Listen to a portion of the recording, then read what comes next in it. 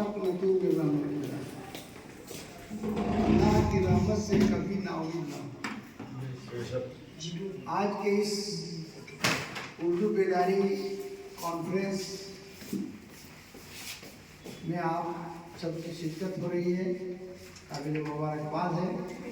इसके लिए मैं अंजुमन तरक्की उर्दू के इस ज़िला के सेक्रेटरी जनाब मोहम्मद हुसैन साहब, इसके सदर जनाब अशरफ हुसैन साहब का शुक्रगुजार हूँ। इन्होंने शॉर्ट नोटिस में लोगों को मदद किया है और हमारे साबिक एग्जामिनेशन कंट्रोलर जनाब एजाज साहब भी उसमें तशरीफ फरमा है। रिजवान साहब जो अंजुमन तरक्की उर्दू के जनरल सेक्रेटरी सुपौल के हैं और मदरसा मौलवी में जनाब मौलाना सरार हक साहब, मौलाना मुर्तज़ा साहब, मौलाना आज़ाद शाह साहब, इसहाक अहमद करीमी साहब, शहजाद मंजर साहब और इस कॉन्फ्रेंस की निज़ामत कर रहे असद रशीद साहब, मौलाना नासिर जमाल साहब, सबका मैं शुक्रगुजार हूँ कि आप लोगों ने इसमें अपना वक्त निकाल कर शरीक हुए। अंजुमन तरक्की उर्दू का क़याम 1903 में अमल में आई थी और उस वक्त से लेकर आज तक पूरे हिंदुस्तान में अंजुमन के जरिए उर्दू के फ़रोग़ के लिए काम किया जा रहा है। और इसके क़याम के लिए जो मुहर्रिक थे, तहरीक शुरू की थी, वो थे सर सैयद अहमद खान साहब। अफसोस की बात यह थी कि उनके इंतकाल के बाद अंजुमन का बज़ाब्ता क़याम अमल में आया, लेकिन तहरीक के वही थे। और इसके पहले जो अहदेदार बने सिबली नुमानी साहब और मौलाना अबुल कलाम आज़ाद साहब, उन लोगों के काविशों और कोशिशों का नतीजा है कि उर्दू के फ़रोग़ के लिए पूरे हिंदुस्तान में इस तंजीम के ज़ेर एहतमाम काम किया जा रहा है। और बिहार में तकरीबन 1960 में गुलाम सरवर साहब की क़यादत में अंजुमन का क़याम अमल में आया। उसके बाद मुगनी साहब सदर बने और मुगनी साहब के वक्त में उनकी काविशों और कोशिशों से जगन्नाथ मिश्रा ने उर्दू को दूसरी सरकारी ज़ुबान का दर्जा दिया और 1981 में असेंबली के बिल पास करके बजाते कानूनी हैसियत उर्दू को दूसरी सरकारी ज़ुबान की हैसियत से दी गई।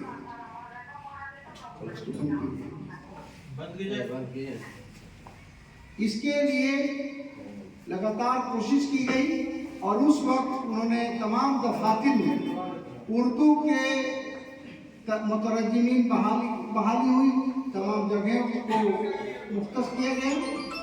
लंबे अरसे के बाद जगह खाली थी तो 2005 में जनाब नीतीश कुमार वज़ीर आला बिहार के वज़ीर आला बने और उन्होंने उन जगहों पे खाली जगहों पे तकर्री का ऐलान किया।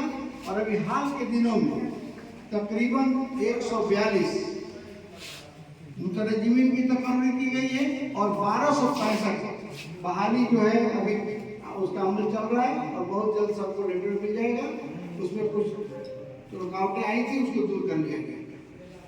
इस तरह से जनाब नीतीश कुमार वज़ीर आला बिहार ने उर्दू के फ़रोग़ के लिए जो काम किया वो सरजमीन कैसे रखता है। उन्होंने वज़ारत संभालने के बाद ये फैसला किया कि तमाम 72,000 प्राइमरी और मिडिल स्कूल में लाजमी तौर पर एक उर्दू टीचर बहाल होगा। पहले सिर्फ 5,000 उर्दू मकातिब थे जहाँ उर्दू असातिज़ा होते थे। उन्होंने कहा नहीं, तमाम स्कूल में होगा और तकरीबन 35,000 पहले असातिज़ा बहाल थे। अभी जो 1,10,000 जो बहाली हुई उसमें 10,000 उर्दू असातिज़ा बहाल हुई। उसके दूसरे फेज में बहाली हुई, उसमें 5,000 बहाली उसमें हुई है। इस तरह से बिहार में उर्दू के फ़रोग़ के लिए जो काम किए जा रहे हैं वो काबिल मुबारकबाद है। मौजूदा हुकूमत उर्दू के फ़रोग़ के लिए पाबंद है कहीं पर। हाला भाजपा अलायंस में रहने के बाद मैं भी जदयू के साथ जुड़ा हूँ, इसलिए कि हमारे मदारिस, हमारे मकातिब महफूज हैं और उनके हुकूक की भले ही कोई कितना अपना दावा करे। मैं चेयरमैन बना मदरसा बोर्ड का तो 15 दिन के अंदर वज़ीर आला को मैंने पूर्णिया में कहा कि रीजनल सेंटर का इफ्तिताह करना। 17 को गए वहाँ और जाने के बाद हमारे तकरीबन 5,000 उलमाए कराम उस जलसे में थे। उन्होंने देखा और उसी वक्त जस्ट वो भाजपा अलायंस में गए थे, उसी वक्त उन्होंने 7वीं शरह तनख्वाह और शरह तनख्वाह का ऐलान किया। लोगों ने तो मजाक समझा। 25 तारीख को यहाँ पर जो मौलाना मजरुल्लाह यूनिवर्सिटी का उसका संग बुनियाद रखनी थी, उस दिन कैबिनेट में भेजकर उसको मंजूरी दिया आज जो हमारे असाइज़ 30,000 तनख्वाह पा रहे थे, आज 60,000 पा रहे हैं, 70,000 पा रहे हैं। जो 10,000 हमारे नए टीचर पा रहे थे, आज 30 से 40,000 तनख्वाह पा रहे हैं। उसके बाद जब चुनाव का वक्त आया 20 में, वज़ीर-ए-आला मुझे बुलाए घर, कहा क्या करें? हम कहा कि मोहल्ला लोगों को EPF दे दिए और 15% इजाफा कर दिए। उसी वक्त एक रूम में तमाम अफसरान को बैठाया गया और उसी वक्त उन्होंने कहा कि दे दीजिए। और शाम में कैबिनेट हुआ और उसमें हमारे तमाम के लिए ऑर्डर हुआ था, लेकिन हमारे कुछ जो है मौलाना लोग चले गए सेक्रेटरिएट में, वो जियो कह दिया कि डेट मुतय्यन करा ली।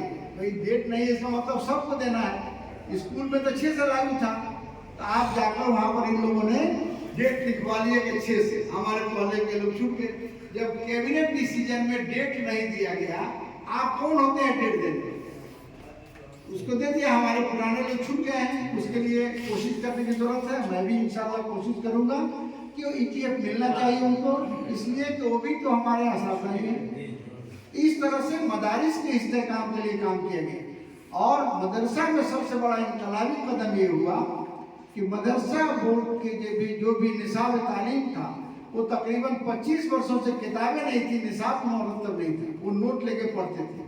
मैंने यूनिवर्सिटी से मिलकर और नया निसाब तालीम मुरतब कराया और किताबों को 1 से 8 तक SCERT बुक और 9-12 में NCERT बुक लागू किया और उस किताबों को छपवाया अपने से। SCERT तो हम बिहार गवर्नमेंट से छपवा सकते थे, लेकिन NCERT नहीं छपवा सकते। मैं दिल्ली गया और NCERT से सॉफ्ट कॉपी लाया, बिहार गवर्नमेंट से भारत सरकार से एग्रीमेंट किया, उसमें MOU को दस्तखत हुआ और वो किताबें पटना में छपी। आज पूरे हिंदुस्तान में खोज लीजिएगा, एक से उर्दू में NCERT बुक नहीं मिलेगी कहीं पर। हमारे मदारिस में NCERT का बुक पूरा सेट के साथ, फिजिक्स, केमिस्ट्री और सोशल साइंस और जितनी भी किताबें उर्दू में मौजूद, हिंदी और अंग्रेजी को छोड़।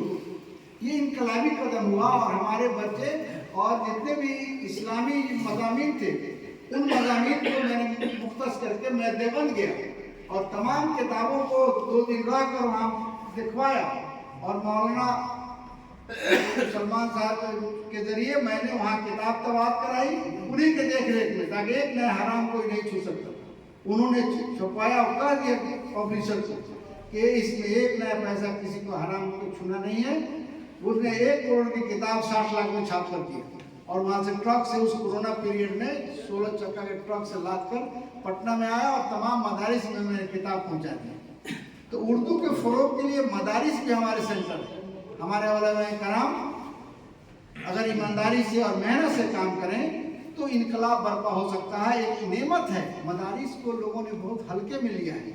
अल्लाह ने इस बिहार में एक नेमत के तौर पर मदरसों को दिया है। दीन का इस्तेकाम, इस्लामी तालीमात के फ़रोग, कुरान हदीस की तालीमात को आम करने के लिए सबसे बड़ा मरकज़ है। और नीतीश कुमार जी ने आज देखिए कितना शानदार हॉस्टल तामीर कराया है। कोई सरकार आज तक 70 वर्षों में मदरसों की तरफ देखा नहीं। इतना शानदार इस मदरसे में हॉल मौजूद है। पूरे बिहार में हॉस्टल बनाया गया है, लड़कियों के लिए भी लड़कों के लिए भी, जहाँ हमारे बच्चे पढ़ रहे हैं, आला तालीम हासिल कर रहे हैं। और उनको जो बच्चे पढ़ रहे हैं 1000 महीना दिया जा रहा है और 15 किलो अनाज। ताकि गरीब आदमी अपने बच्चा को रखेगा तो कहाँ से खिलाएगा। इस तरह से काम किए गए। और BPSC में हमारे बच्चे अगर पास करते हैं प्रीलिमिनरी 50,000, UPSC में करेंगे तो 1 लाख। इस तरह से कोचिंग चलाया जा रहा है पटना में और पूरे बिहार में इस तरह का इंतजाम किया गया है कि हमारे बच्चे कोचिंग में पढ़कर BPSC UPSC में पढ़ सकें, अपना हासिल कर सकें। पहले क्या था, उर्दू के में बहाली के लिए ट्रेंड शर्त नहीं था। अब नया कानून के बाद 13 के बाद में अब ट्रेंड होना शर्त है। मैं इस उर्दू बेदारी कॉन्फ्रेंस के जरिए आवाम को बेदार करना चाहता हूँ कि जो लड़के ग्रेजुएट और पोस्ट ग्रेजुएट कर रहे हैं उनको ऑनलाइन फॉर्म भरें B.Ed का और D.El.Ed का। 1 से 8 तक बहाली जो है D.El.Ed से होगी और 9-12 में बहाली B.Ed से होगी। तो हमारे बच्चे ज़्यादा से ज़्यादा B.Ed करें, D.El.Ed करें और कंपटीशन में एग्जाम देकर नौकरी हासिल करें। हिंदुस्तान पूरे हिंदुस्तान में बिहार वाहिद स्टेट है जहाँ 45,000 उर्दू टीचर काम कर रहे हैं और तमाम 500 थानों में 102 सब डिवीजन में और 38 जिलों और 9 कमिश्नरी में उर्दू ट्रांसलेटर बहाल होंगे। अभी 1265 बहाली हो रही है और 150 पहले हुई 142 अब जो है 2000 और बहालियाँ होंगी ताकि तमाम दफातर में उर्दू हमारे ट्रांसलेटर असिस्टेंट रहेंगे। जनाब नीतीश कुमार जी ने फैसला किया, इसलिए उर्दू के फ़रोग के लिए हम आवाज़ लगाएं। एक बहुत बड़ा तालाब हो और एक छोटी सी कंकड़ी फेंकेंगे, एक वेव उठता है जो उस सिरे तक जाता है। हमारे जो जिला के जिम्मेदार हैं, इन्होंने बढ़िया से मेहनत नहीं किया, नहीं तो इस आवाज़ पे इस सैकड़ों हज़ारों लोग जमा हो सकते हैं। जब मेहनत शर्त है, इंसान इंसान के लिए कुछ नहीं मगर कोशिश। जब जिस लाइन पे कोशिश करेंगे वहाँ कामयाबी होगी, आप कोशिश नहीं करेंगे वो नाकाम हो जाएगी। इसीलिए मैं आप लोग सब तशरीफ लाए, इसके लिए मैं शुक्रगुजार हूँ। इन्हीं बातों के साथ अपनी बात खत्म करता हूँ।